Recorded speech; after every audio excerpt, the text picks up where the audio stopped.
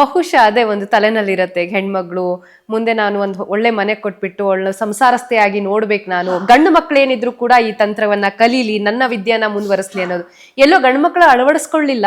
ನನ್ನ ಹೆಣ್ಣು ಮಗಳು ಇರೋ ಮಗಳು ಒಬ್ಳು, ಅವಳು ಇದನ್ನ ಅಳವಡಿಸ್ಕೊಂಡು ಎಲ್ಲೋ ಅವಳ ಜೀವನಕ್ಕೆ ಅಡ್ಡ ಆಗೋದಕ್ಕೆ ನಾನ್ ಕಾರಣ ಆದ್ನೇನೋ ಅನ್ನೊಂದು ಭಾವನೆಯಿಂದ ಆಗಿರಬಹುದು ಅಂತ. ಖಂಡಿತ. ಕೊನೆಯಲ್ಲಿ ಅವರು ಅಪ್ಪ ಸಾಯುವಾಗ ಅದನ್ನ ಹೇಳ್ಕೊಂಡ್ರಂತೆ. ಅಪ್ಪ ಸಾಯುವಾಗ ಹೇಳ್ಕೊಂಡ್ರು. ಯಾರ ಹತ್ರ? ಅಪ್ಪ ಸಾಯುವ ಮುಂಚೆ, ಅಂದರೆ ಮೊದಲೇ ಇನ್ನೊಂದು ಮದುವೆ ಆಗಿದ್ರು ನಮ್ಗೆ ಆ ವಿಷಯ ಗೊತ್ತಿರಲಿಲ್ಲ. ನನಗೆ ಅಂದ್ರೆ ಮುಚ್ಚಿಟ್ಟಿದ್ರು.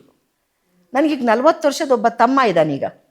ಅಪ್ಪ ಸತ್ತಾಗ ಅವನು ಅಕ್ಕ ಅಂತ ಫೋನ್ ಮಾಡ್ದ. ಅವನಿಗೆ ಗೊತ್ತಿತ್ತು ಅವನಿಗೊಬ್ಬ ಅಕ್ಕ ಇದ್ದಾಳೆ ಅಂತ. ನನಗೆ ಗೊತ್ತಿರಲಿಲ್ಲ ನನಗೊಬ್ಬ ತಮ್ಮ ಇದ್ದಾನೆ ಅಂತ.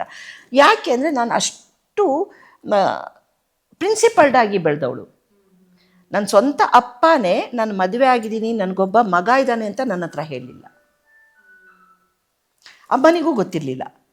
ಬಟ್ ನಾನು ಅಕ್ಸೆಪ್ಟ್ ಮಾಡ್ಕೊಂಡೆ. ತುಂಬ ಒಳ್ಳೆ ಹುಡುಗ ಅವನು ಕೂಡ.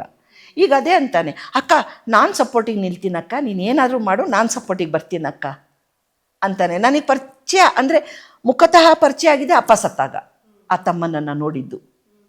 ಸೊ ಹಾಗಾದ್ರೆ ನಿಮ್ಮ ಜೀವನ ಏನು ಅಂತ ಈಸಿ ಏನಿಲ್ಲ, ತುಂಬಾ ಸಂಘರ್ಷಗಳನ್ನ ಫೇಸ್ ಮಾಡಿ. ಆದರೆ ನಾನು ಎಲ್ಲ ಅಕ್ಸೆಪ್ಟ್ ಮಾಡ್ಕೊತಾ ಬಂದೆ. ಪ್ರತಿಯೊಬ್ಬರ ಭಾವನೆಗಳು, ಆಸೆಗಳು, ನಿರ್ಧಾರಗಳು ಅವರದ್ದಾಗಿರುತ್ತೆ. ಪ್ರತಿಯೊಬ್ಬರದು. ಅಪ್ಪನೂ ಅವ್ರಿಗೇನಂದರೆ, ನಮ್ಮಪ್ಪ ನಮಗೆ ತುಂಬ ಪಾಠ ಹೇಳಿಕೊಟ್ಟು ಪ್ರಿನ್ಸಿಪಲ್ಡ್ ಆಗಿ ಸಾಕಿದ್ರು. ಅಮ್ಮ ಸತ್ರು 2006ರಲ್ಲಿ. ಬಟ್ ಅದಕ್ಕೂ ಮುಂಚೆನೇ ಅಪ್ಪ ಮದುವೆ ಆಗಿದ್ರು. ಅದು ಯಾಕೆ ಅವ್ರು ಹೇಳಲಿಲ್ಲ, ಹೆದರ್ಕೊಂಡ್ರು ಅನ್ನೋದು ಗೊತ್ತಿಲ್ಲ. ಆಯಿತಾ? ನನ್ನ ಹತ್ರ ಹೇಳ್ಕೊಳ್ಳಿಲ್ಲ ಅವರು. ಕೊನೆಯ ಗಳಿಗೆ ತನಕನೂ ನಾನು ಒಬ್ಬನೇ ಇದ್ದೀನಿ ಕಣಮ್ಮ, ಬಂದ್ಬಿಡು ಅಂದರೆ ಒಬ್ಬನೇ ಇದ್ದೀನಿ ಅಂತಿದ್ರು. ಆದರೆ ಈಗೇನು ತಮ್ಮ ಇದ್ದಾರೆ ಅವ್ರ ಹತ್ರ ಕೇಳಿದರು, ನೀನು ಟಿ ವಿಲಿ ಬರುವಾಗೆಲ್ಲ ನಿನ್ನ ಅಕ್ಕ ಅವರು, ನಿನ್ನ ಅಕ್ಕ ಅವರು ಅಂತ. ಸೊ ಸಡನ್ನಾಗಿ ಒಬ್ಬ 40 ವರ್ಷದ ಮಗ ಬಂದ್ಬಿಟ್ಟು ನಾನು ನಿನ್ನ ತಮ್ಮ ಅಂದರೆ ಯಾರು ಅಕ್ಸೆಪ್ಟ್ ಮಾಡ್ಕೊಳ್ಳಲ್ಲ. ಹೌದು ಹೌದು ನಿಜ. ಬಟ್ ನಾನು ಹೇಳೋದೇನು ಗೊತ್ತಾ, ನಿರ್ಧಾರಗಳು, ಪ್ರತಿಯೊಂದು ವ್ಯಕ್ತಿಯ ನಿರ್ಧಾರಗಳು ಅವ್ರಿಗೆ ಬಿಟ್ಟಿದ್ದು.